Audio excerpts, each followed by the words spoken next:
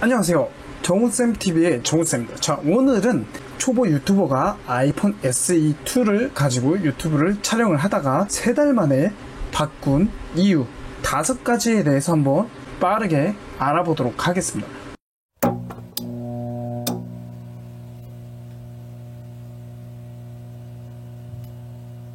자, 첫 번째는 디스플레이 크기입니다. 디스플레이 크기 같은 경우에는 SE2는 4.7인치고요. S10 같은 경우는 6.1인치입니다. 자, 지금 보시게 되면 물리적인 크기는 제 생각보다는 별로 크기 차이는 안 나는데 이 디스플레이에 보여지는 면적이 크기가 엄청납니다.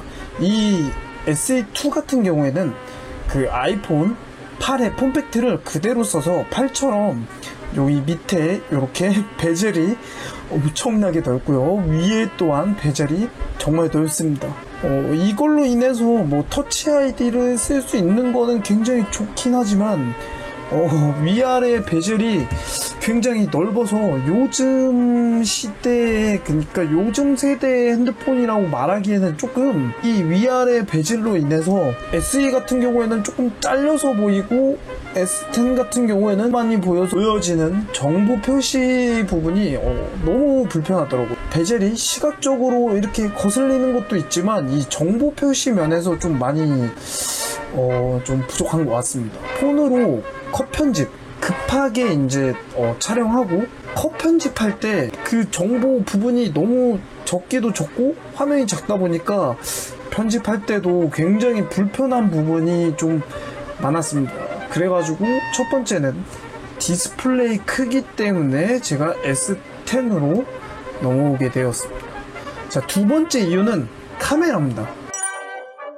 카메라 촬영할 때 그 촬영 중단 버튼이 없어요. 아이폰 같은 경우에는 촬영을 하다가 잠깐 쉬려고 하면은 아예 정지, 그러니까 녹음 끝 버튼을 눌러야지 촬영이 정지가 되는데, 갤럭시 같은 경우에는 촬영을 하다가 잠깐 자르고 뒷면을 찍고 싶다 그러면은 정지했다가 바로 촬영이 가능한데, 아이폰 같은 경우에는 내가 촬영을 하다가 뒤를 찍고 싶다 그러면 이 상태에서 그냥 이렇게 뒤로 돌려야 돼요. 뒤로 돌리던가 아니면은 정지를 하고 뒤로 돌려서 그리고 촬영을 해야 되는데, 이게 일반적인 시각으로 봤을 때는 뭐 정지하고 다시 찍으면 되지 라고 생각하실 수도 있는데, 유튜브를 하게 되다 보면 이런 좀 컷 좀 찍고 또 넘어가서 찍고 그런 상황이 좀 많다 보니까 정지를 하게 되면 파일이 쌓여요. 근데 이거를 계속 이런 식으로 한 10번만 하게 되면은 하나의 파일이 10개로 나눠진 것처럼 돼서 그 파일을 옮길 때 굉장히 좀 번거롭고, 또 옮기다가 뭐 하나 실수로 빠뜨리면 그 장면을 또 찾아서 이렇게 옮겨야 되는 그런 불편함이 있어서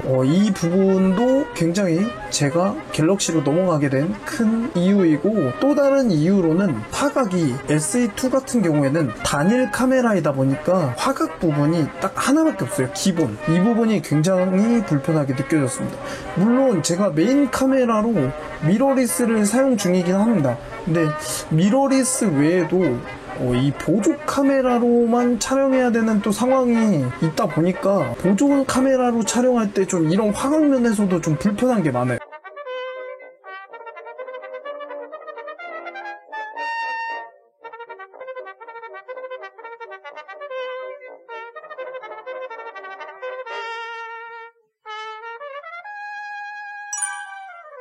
세 번째 같은 경우에는 이제 메모리 그리고 파일 공유.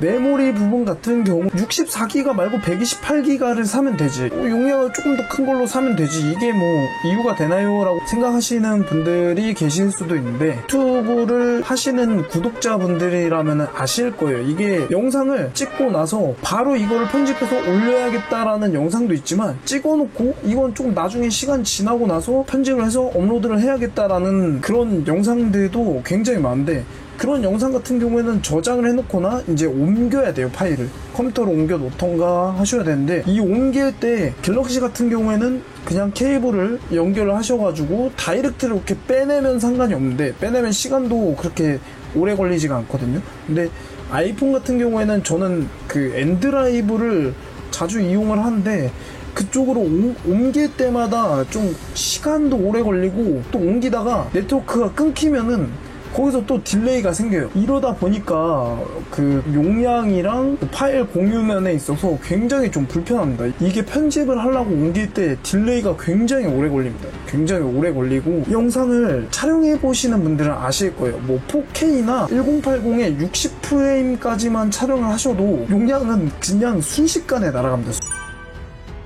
네 번째, 배터리입니다. 배터리 같은 경우 뭐 이거는 좀 얘기들이 많은데, 이거는 이제 사용하시는 분이 어떤 용도로 사용하냐에 따라서 체감적으로 길게 느껴질 수도 있고 짧게 느껴질 수도 있는데, 저 같은 경우에는 게임 같은 거는 뭐 하드한 게임은 안 하고 그냥 소소한 가벼운 게임만 좀 가끔 하는 정도고, 나머지는 전부 유튜브 관리나 이제 뭐 카톡이나 뭐 인터넷 웹서핑이나 유튜브 촬영 이런 것들을 하는데, 관리까지만 해도 그나마 괜찮긴 해요. 영상 촬영할 때, 그리고 급하게 이제 빠르게 편집을 하고 또 바로 찍어야 될 때는 핸드폰으로 이제 컷 편집을 하는데, 그때 배터리가 정말 빨리 답니다.